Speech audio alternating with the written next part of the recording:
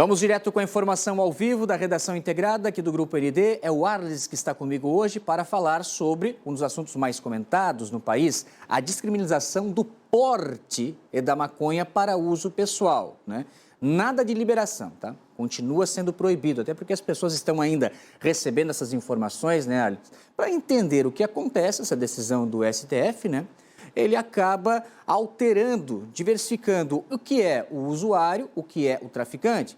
Para as pessoas que consomem, que usam a droga, não poderão mais responder por tráfico de drogas se forem flagradas em algumas situações, como até 40 gramas, se não tiver todos aqueles aparatos, balança de precisão e tal, coisa, o que aparece ao longo das investigações policiais. E também, né, Arles, tem uma reportagem, quero convidar você para acompanhar, se não viu ainda, no nosso jornal ND, no ND+, também, mostrando o nosso núcleo de dados, né, Arles, da questão que envolve a infraestrutura das cadeias aqui no estado. O quanto se gasta para manter uma pessoa presa, que não necessariamente estaria envolvida com a venda, com a comercialização, mas sim com o consumo de maconha. Arles Amaro, um ótimo início de noite, a informação ao vivo no Cidade é contigo.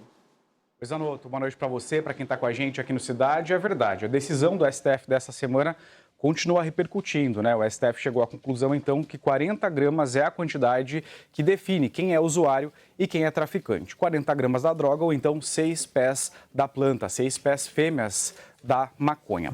Bom, o Grupo ND, através do nosso núcleo de dados de investigação, fez uma análise, um levantamento de uma pesquisa que foi feita aqui no país em 2019. Os dados foram divulgados em 2023.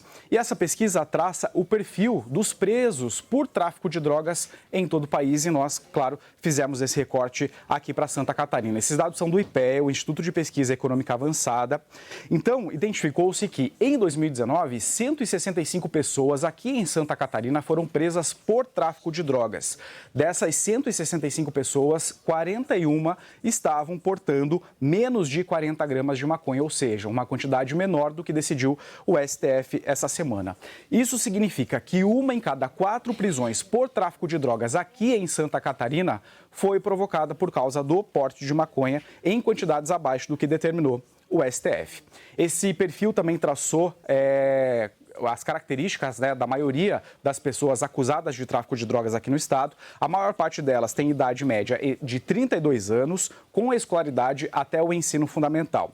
Nesses registros nós pesquisamos, mas não foram encontrados os dados socioeconômicos e também informações sobre etnia, cor da pele, informações sobre raça desses condenados, mas que também é uma informação importante. Ainda nesse levantamento, Zanotto, a gente foi além. Nós identificamos quanto custa um preso por ano no sistema prisional aqui de Santa Catarina. E o custo é de R$ 40.220. Se essas 41 prisões que aconteceram lá em 2019 não tivessem acontecido, né, essas prisões que foram pessoas flagradas abaixo, portando abaixo de 40 gramas, a economia para os cofres do Estado seria de R$ 1.649.000, dados levantados pelo Núcleo de Dados e Investigação do Grupo ND. A título de curiosidade, a população carcerária hoje no Brasil é de 820 mil pessoas e quase 200 mil estão presas por tráfico de drogas. Boa parte estavam portando quantidades abaixo de 40 gramas.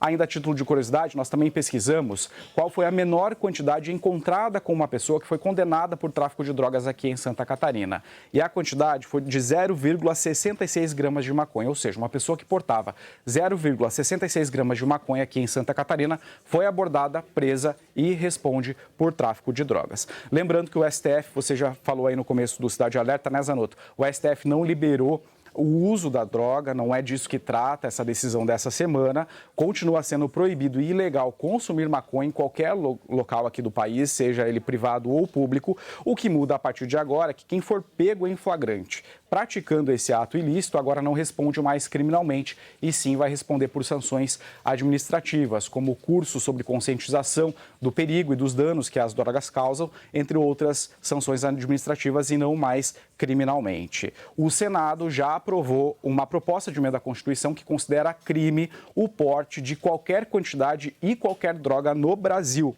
Essa PEC é de autoria do presidente do Senado, Rodrigo Pacheco, e agora aguarda a votação na Câmara dos Deputados. Assunto, é claro, que a gente vai seguir acompanhando. Zanotto. Certo, Arles. Tira da questão penal, né? E também tem ainda a droga apreendida, né? Vale destacar isso, né? Se alguém for flagrado, mesmo com uma quantidade menor de 40 gramas, como é proibida ainda aqui no Brasil, ela é apreendida. O que não tem mais é a questão penal envolvendo o usuário para diferenciar de quem está movido com o tráfico e de quem consome, né, a maconha.